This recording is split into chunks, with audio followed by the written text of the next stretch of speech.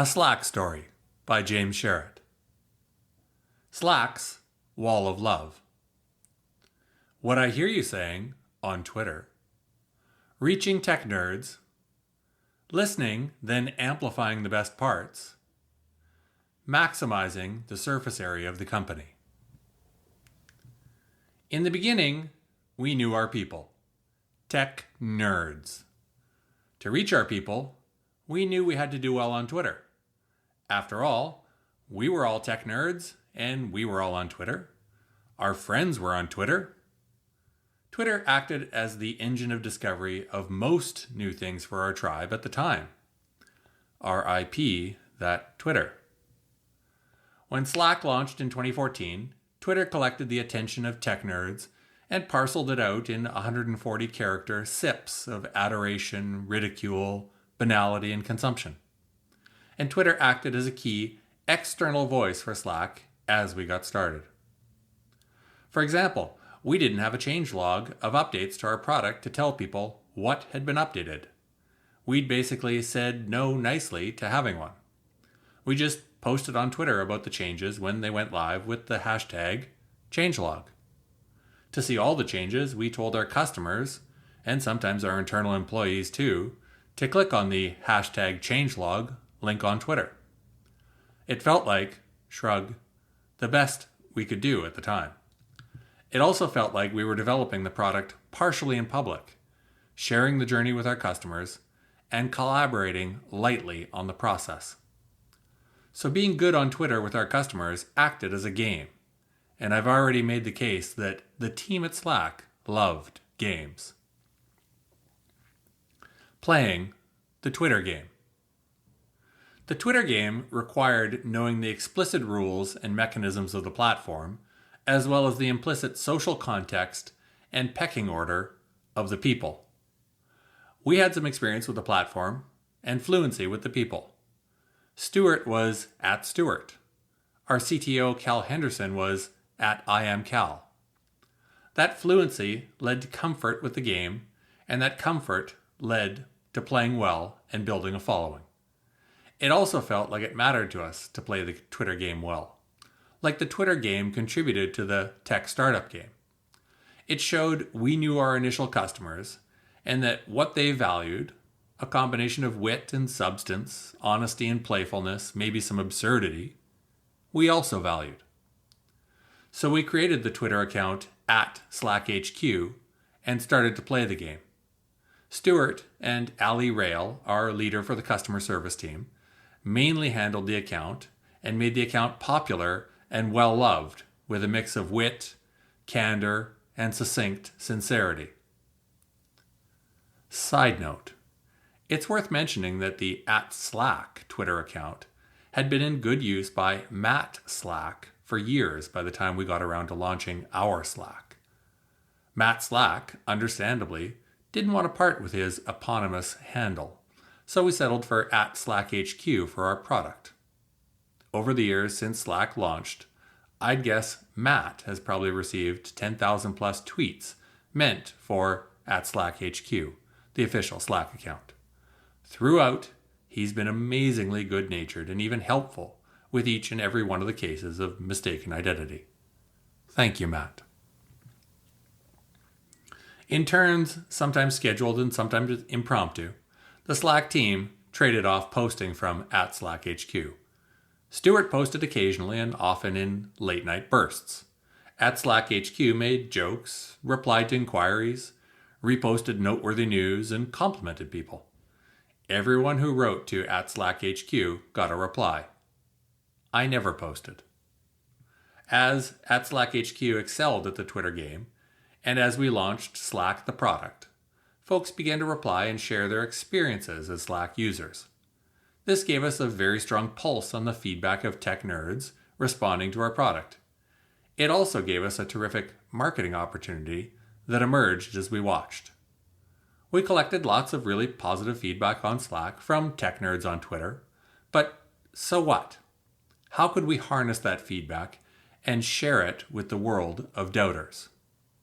We had a sense that nothing would feel more undeniable to non-believers or skeptics than unsolicited public declarations of support for Slack. Here were our customers reviewing our product and saying how great we were. Here was word of mouth made tangible and shareable. In another, grubbier context, these could be called testimonials or endorsements. So I wondered, what could we do with these? Creating Slack's Wall of Love. To start, I kept a collection of effective tweets for combating common objections with customers. I'd use them in email replies and call follow-ups to reinforce a point or demonstrate what someone else had already found. Too hard to start or change? Not sure of the value of trying it out? What will it be like to try? We had a tweet for each of these situations and many more that we could share to showcase someone else's success already tackling that same issue. And it worked well. The individual tweets proved effective at overcoming objections. Concurrently, more positive tweets kept coming in. The collective weight of evidence of them all started to seem untapped. As that tweet sharing success started to prove itself, I started to collect the positive tweets into a Twitter product called Collections. It let us have a page just comprised of our selected tweets. We called our collection the Wall of Love. To see what that might have been like, read through the tweets below. You'll likely get bored and skip or skim a few of them. That's kind of the point. The evidence overwhelms in aggregate. For listeners, you should really check them out. It's a visual experience.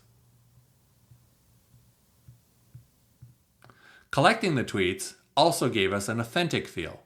For example, is it better to have an Airbnb logo on your front page or to have one of their leaders post this? From Alex Davis. We've been using @SlackHQ for a little while now at Airbnb and I'm 100% sold. Team communication done so right. Forget email. I'd argue it's much better to have their design leader post the tweet above endorsing your product. It let our customers do a good portion of the selling for us. Love Expansion Machine. Here is what the first version of the Wall of Love looked like. When we started the Wall of Love, we already knew the Collections product had been deprecated inside Twitter. It would receive no support or development. It was end of life, as they say in software. But no matter its status, we used it. If they killed the product, we'd figure out an alternative. We were still a small team focused on saying no nicely to any opportunity outside our absolute core functions. That's how we felt we had to work. But that didn't mean we stayed static. We had a team working on tweets. Stuart sometimes shared one with me to use. I'd find many on my own. Other folks on the team would share them too. I started the Wall of Love with a single curated list for sales conversations. Then it expanded to press inquiries, new employees, investors, anyone curious about Slack. When someone was skeptical about Slack and how it worked, or questioned how popular it was, or, we'd point them to the Wall of Love. Simple. But pretty quickly, because of the growing popularity of Slack, curating the list of tweets became an hour or two of work each day. After we had launched the paid Slack product, we started even more specific curated lists for pricing. Is it worth it? Why should I pay? What value do customers get? How come it's so expensive? Productivity. Does Slack save time? Can I find anything? Does it improve teamwork? Will it work for our team? Change. Will anyone use it? How long does it take to adopt? What if I want to cancel? What if no one uses it? Competition. What about Slack versus Skype? Versus HipChat? What about transitioning to Slack from email? In addition to the benefits we got from having the Walls of Love external facing, we also piped the tweets into our internal Slack workspace so all Slack employees got to feel the love. And there was a lot of love. Wall of Love 2.0 and @SlackLove tweets. A year or so after launching Slack's paid product, we kept growing and we hired more people. I stopped managing the Wall of Love and an expert stepped in.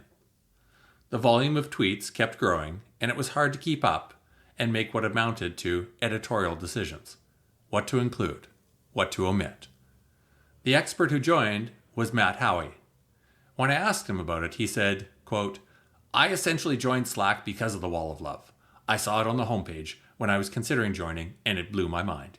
Here was a company that just shared exactly what their customers said." End quote. Matt took the best of Wall of Love and created the Wall of Love 2.0. It was a simpler and more efficient mechanism to collect the tweets, review them in Slack, and then trigger an action that would add them to the Wall of Love automatically. Then he created an even better version called @SlackLoveTweets. I can't remember if Slack created @SlackLoveTweets because Twitter killed the collections product or the Slack Wall of Love simply outgrew it. No matter, Slack took over and created a dedicated new Twitter account, all Slack Love, all the time. It even got its own 4 hearts emoji reflective of the original Slack hashtag logo. Maximizing the surface area of the company to customer feedback. Matt improved everything about the Wall of Love. He used some nifty programming skills to streamline the review, decide, post process. He kept track of the things people posted to us and shared them internally when appropriate. He turned the account into a bi-directional point of access between Slack and our customers. From the specific lessons of the Wall of Love, we started to ask a question internally to generalize a new approach.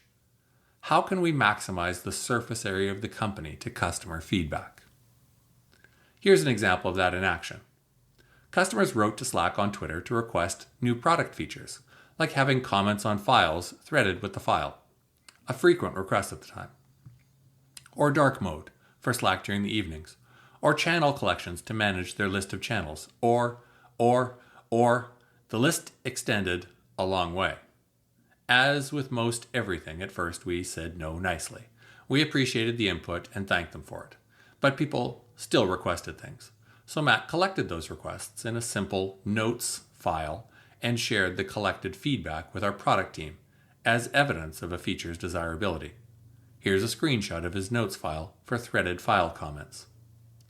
Then when threaded file comments finally launched, or dark mode or channel collections, Matt had a list of all the people who had requested it, and at Slack HQ replied to each one of those people individually to say, "Hey, that thing you requested, it's live now. Check it out here." As Matt said himself, I think this was probably the 5th or 6th feature I did this for. We'd gotten so good at delighting people with tweet replies from customer experience that I started to track upcoming features in a similar way. And some feature requests took years to get to. But when we got to them, we still replied back to each original requester to let them know. But it wasn't easy. The barriers between our organization and our customers started very thin, and our ability to act and respond was very fast. Sometimes this surprised customers, and mostly that was a delight for them. In short, we cared a lot about playing the Twitter game well, and we cared a lot about playing our overall game well. In my own world, sitting next to the money, a tweet posted by someone always got a reply on Twitter from @SlackHQ. If it was about a deal or customer I knew, I searched in our active teams to see about finding the same person. If I could, I'd also reach out to them by email. In this fashion, I ended up having a bunch of calls with customers about a feature called Guest Access.